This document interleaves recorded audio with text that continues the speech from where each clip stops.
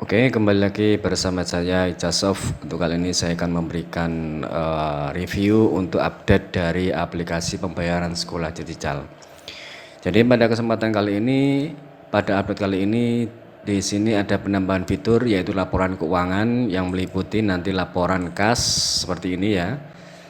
Kemudian laporan rekap saldo per pos. Jadi nanti misalkan di sini ada beberapa pos untuk keuangan, misalkan sumbangan ada berapa, SPP berapa, gedung berapa, uang semester itu berapa. Nah di sini nanti ada rekap saldonya. Nah, cara agar rekap saldo atau keuangan ini bisa berjalan dengan normal, kita perlu melakukan beberapa setting. Di sini misalkan di jenis pembayaran, nah misalkan di sini ini misalkan ada SPP ya, jenis pembayaran itu SPP, nah pembayaran SPP. Nah di sini misalkan kita edit ya, misalkan kita edit ya, kemudian di sini ada jenis pembayaran, kita klik. Nah, di sini kan ada jenis pembayaran, misalkan ini SPP. Ya, SPP pilih pos. Nah, ini pos atau pos dari jenis-jenis pembayaran atau jenis dari pos kas seperti itu. Jadi, nah di sini kita bisa pilih misalkan SPP ini mau ditaruh di pos mana, kita bisa pilih di sini, atau misalkan tidak ada, kita bisa buat di sini. Nah, di sini kode, kemudian nama pos dari jenis-jenis pembayaran atau dari jenis-jenis kas seperti ini. Jadi di sini misalkan kita buat baru, kita tambah, masukkan kode, kemudian nama posnya misalkan SPP. Nah, seperti ini ya.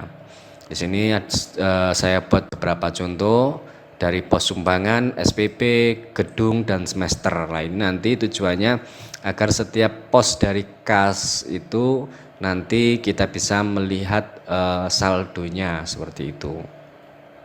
Jadi seperti itu. Jadi ketika kita membuat jenis-jenis pembayaran, nanti bisa kita pilih di sini posnya apa, seperti itu. Nah, di sini ya kita bisa pilih posnya apa. Nanti mau diarahkan kemana nanti uangnya seperti itu. Dan di sini misalkan ada siswa yang melakukan pembayaran, ya di sini transaksi pembayaran. Kemudian di sini misalkan ya ini. Nah ini kan SPP. Nah SPP ketika nanti ada pembayaran, misalkan si Denny ini melakukan pembayaran seperti ini, bayar bulan Juni dan Agustus. Nah ini 100 misalkan. Kemudian di sini untuk cetak notanya tidak saya cetak karena printernya tidak aktif. Kemudian di sini kita bayar. Nah di sini harus di checklist otomatis input ke kas. Nah, seperti itu ya. Metode pembayaran tunai misalkan ya, seperti itu telah tersimpan.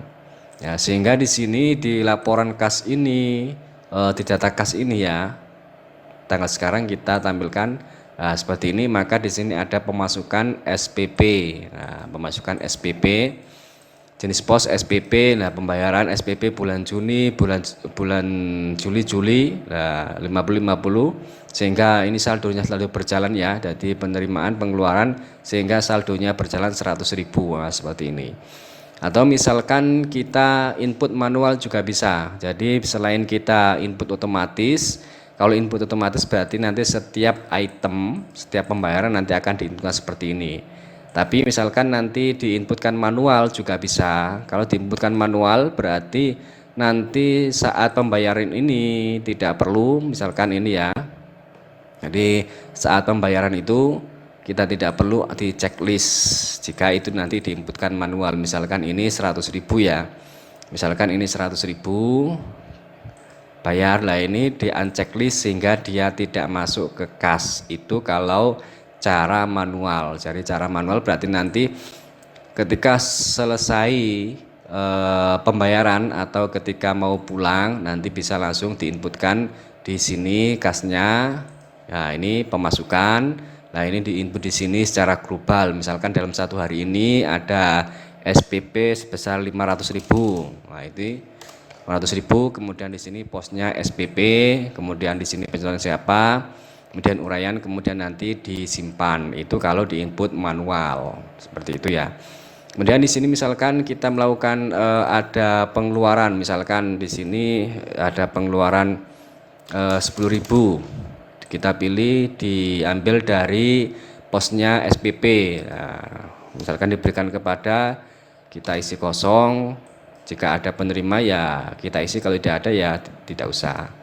Nah, seperti ini ya. Uraian, harus ada uraian, misalkan bayar buku kas, nah, seperti ini misalkan ya, simpan. Nah, seperti ini. Nah, berarti ini nanti ada pengeluaran dari kas ini ya. Nah, di sini maka saldonya adalah 90.000.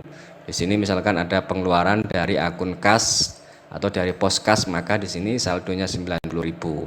Jadi nanti perlu saya jelaskan, saldo awal di sini akan otomatis. Jadi saldo awal adalah saldo sebelum tanggal yang kita pilih ya, seperti itu. Misalkan di sini saya pilih tanggal 7 sampai dengan tanggal 7 bulan 7, maka saldo awalnya kosong. Kenapa kosong? Karena sebelum tanggal 7 ini saya belum melakukan input transaksi baik pemasukan maupun pengeluaran. Nah, misalkan di sini saya tulis 8 sampai dengan 8, maka nah, di sini belum ada kriteria, tidak ada transaksi. Cuma di sini saldo sebelumnya akan menjadi 90 atau saldo awal menjadi 90. Kenapa 90? Karena saldo awalnya adalah saldo sebelum tanggal 8 ini, berarti tanggal 7. Berarti seperti itu ya. Nah, di sini misalkan saya input tanggal 7. Nah, di sini berarti tanggal 7 saldonya 90. Jadi seperti itu. Jadi saldo awal itu saldo sebelum tanggal awal yang Anda pilih, seperti itu ya.